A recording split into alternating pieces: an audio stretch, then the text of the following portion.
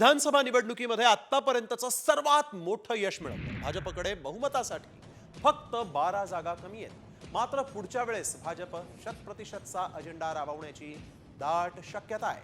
अनुभवी उत्तम प्रशासक तसंच भाजपचा अजेंडा खालपर्यंत पोहोचवणारे हे तगडे 5 चेहरे यावेळेस मंत्रिमंडळात कायम असण्याची दाट शक्यता आहे। यात सुधीर मुनगंटीवार, गिरीश महाजन, चंद्रकांत पाटील, चंद्रशेखर बावनकुळे आणि राधाकृष्ण विखे पाटील यांचा समावेश आहे।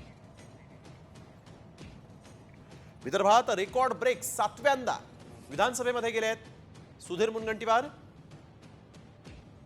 वर्धा आणि चंद्रपूर जिल्हा पालकमंत्री म्हणून भाजपला घवघवीत यश मिळालेलं आहे। 2014 मध्ये अर्थमंत्रीपदाची धुरा सक्षमपणे त्यांनी हाताळली।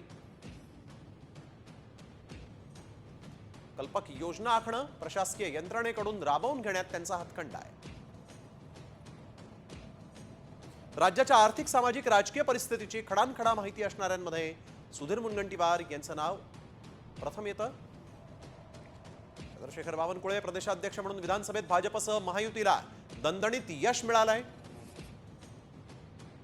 2019 मध्ये आमदारकीचं तिकीट कापलं गेलं, परंतु 2024 मध्ये त्यांनी कमबॅक केलं।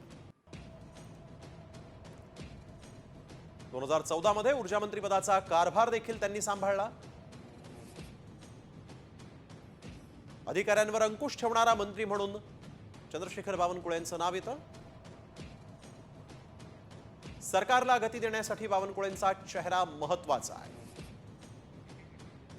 बाळासाहेब विखे पाटील, बाळासाहेब थोरातांना रोखण्यात महत्त्वाची भूमिका राधाकृष्ण विखे पाटलांनी आजपर्यंत बजावलेली आहे। अहिल्यानगरमध्ये भाजपला चांगलं यश देखील राधाकृष्ण विखे पाटलांनी मिळवून दिलंय।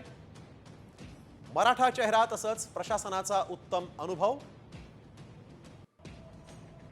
चंद्रकांतदादा पाटील कोथरूड मतदारसंघातून 1,12,000 मताधिक्यानं चंद्रकांतदादांचा विजय झालेला आहे।